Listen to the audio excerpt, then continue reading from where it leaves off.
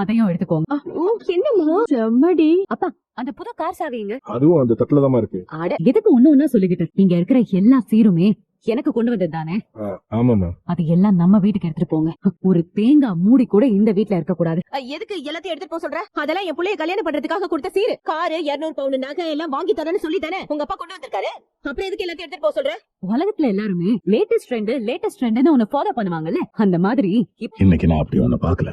இப்போ என் பார்வைக்கு நீ ரொம்ப பெரிய மனுஷியா தெரியுற. பயம் இல்லாம ஒரு வீர தீர செயலை செய்யக்கூடிய ஒரு வீர மங்கையா நீ எனக்கு தெரியுற. இன்னைக்கு நாங்க நினைச்சு பார்க்க முடியாத அளவுக்கு அசாதாரணமான செயல்களை செய்யக்கூடிய ஒரு தைரியமான பொண்ணா நீ மாறி இருக்கிறேன்னு நினைக்கும் போது எனக்கு ரொம்ப பெருமையா இருக்கு. ரொம்ப நன்றி மாமா. நானு இங்க நிக்கிற சாவத்திரி, தாமரை, அப்புறம் ஊர்க்காரங்க பல பேரு இன்னைக்கு உசுரோட இருக்கும்னா அதுக்கு காரணம் உன்னுடைய மன தைரியமும் உன்னுடைய வீரமும் உன்னுடைய வீரதீர செயலும். எங்க ஆத்தா எனக்கு பெரிய மந்த நீதான் எனக்கு வழிகாட்டணும்னு வேண்டிக்கிட்டு நான் ரூமுக்கு வந்தேன். வந்த இடத்துல எனக்கு அப்படியே ஒரு மாதிரி தலையெல்லாம் சுத்த ஆரம்பிச்சிருச்சு. ஐயோ, அப்படியே நான் இந்த கட்டில படுத்துட்டேன். அப்புறம் ஆனா நம்ம பெரிய மந்த என் கனவுல வந்துச்சா பார்த்தா ஐயோ பெரிய மந்த என் முன்னாடி சாமி ஆடி வைத்தியரை போய் பாரு, வைத்தியரை பார்த்தவனுக்கு ஒரு வழி கிடைக்கணும்னு சொன்னதும் தான் நான் எந்திரிச்சு அங்கிட்டு போனேன். அங்கிட்டு போய் வைத்தியரோட மகளை பார்த்தப்பதான் எனக்கு எல்லாமே தெரிய வந்துச்சா பார்த்தா.